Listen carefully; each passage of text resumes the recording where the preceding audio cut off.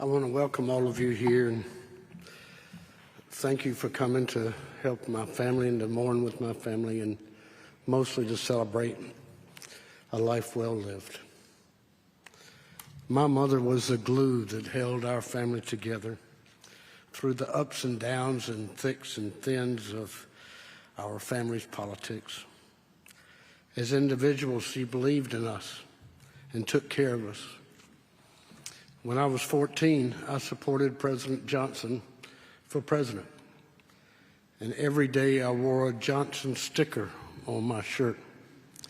And periodically I would get beat up and my shirt torn and the buttons pulled off and my sticker always destroyed. And I would walk the block during lunch from school down to Carter's warehouse, and my mother would have a shirt in a drawer, already mended, buttons sewn on, and the LBJ sticker still applied. Years later, she was influential in getting me into rehab for my drug and alcohol addiction. She saved my life. When I started making speeches for Dad in his political career, I was so nervous I often vomited in the waiting room before we went on stage. And one day, after debating 7 other children of offspring of candidates for president, I called my mother and told her how nervous I got. And she told me something that I have used 1,000 times since. She said, "Chip, you can do anything for 20 minutes except hold your breath."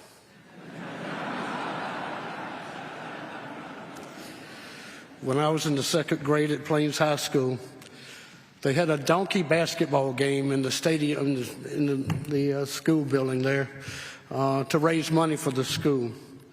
And my mother rode her donkey as fast as it would slowly go, right under the goal, spun around so she was facing its tail, caught the pass, and made the winning 2 points. She was my hero that night, and she's been my hero ever since. A couple of years ago, Mom and I were talking when she said that when Dad asked her to marry her for the 2nd time, she said yes. But she expected him to provide for her a life of adventure. He told her that it would happen. She told me that she had lived on both coasts in Hawaii while I was in the Navy and began her family. Mom said that when it was decided they would leave the Navy and move back to Plains, that she was upset. And the family story is that they rode in a car from Connecticut to Plains, Georgia, and when Mom had something to say to Dad, she would say, "Jack, would you tell your father?"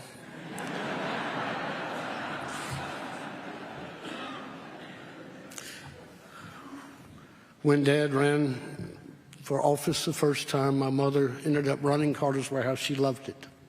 Every time he'd go on a campaign trip or during the legislative session, she was really pleased to be in the office and be the boss. Excuse me.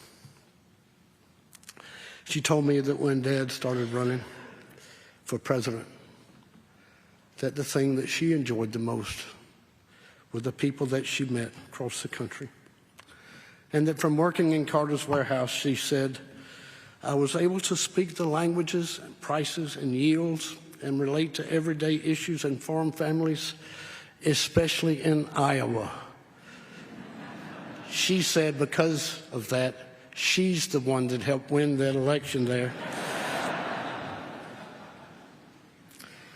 Then, as First Lady of the United States, always trying to follow the teaching of Jesus and to do what he taught her to do as a guideline, she said, "You will always get criticized by somebody for everything you do, so you might as well do what's right." That she and Dad were able to make a positive difference in people's lives and that of so many families too. My parents 77-year partnership is often talked about. Mom was always well informed on the issues of the day.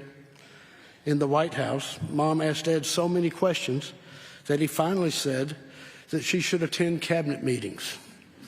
So she did, and caught a lot of flack for that. But she was then able to speak with authority on issues across our country and the world. She would often try and often fail to get Dad to do what was right politically. And when she couldn't change Dad's mind, she would repeat to herself, "A leader takes people where they want to go.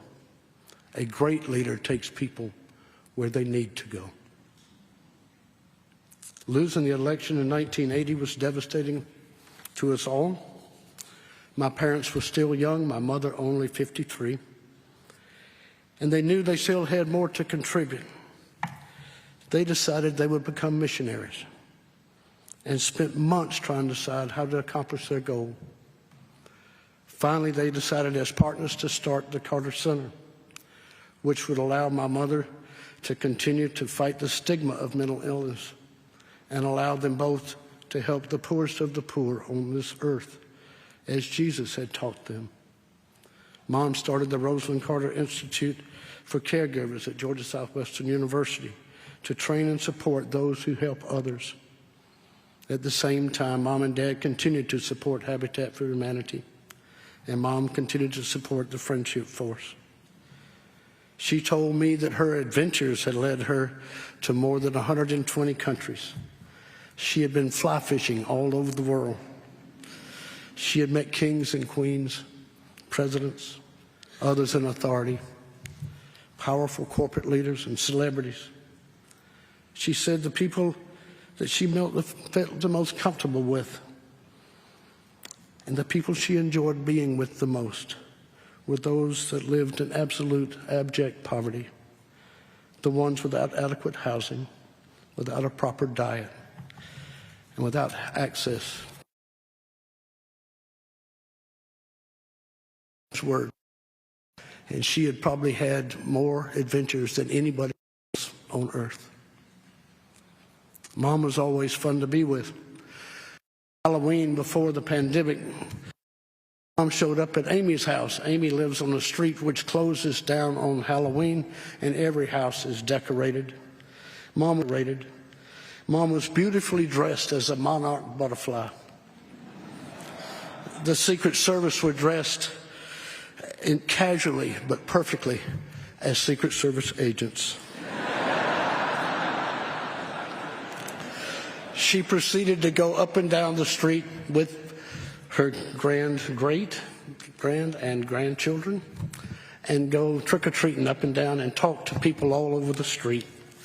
She got back to Amy's and was so excited because she'd been out so much and nobody had recognized her. After Dad was put in hospice and my mother was racked with dementia, my siblings, my wife and I, would stay with them so that there would always be a family member around. One day, my mother was sitting with my wife, Becky, and she was reminiscing on what it was like to go to live in Hawaii. And she was talking about learning all the native dances.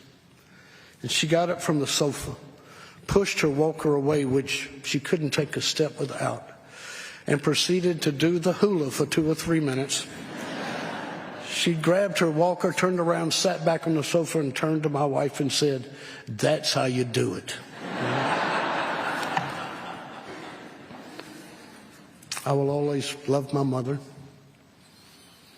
I will cherish how she and Dad raised their children. They've given us such a great example of how a couple should relate. Let me finish by saying that my mother, Rosalynn Carter, was the most beautiful woman I've ever met, and pretty to look at too. Thank you.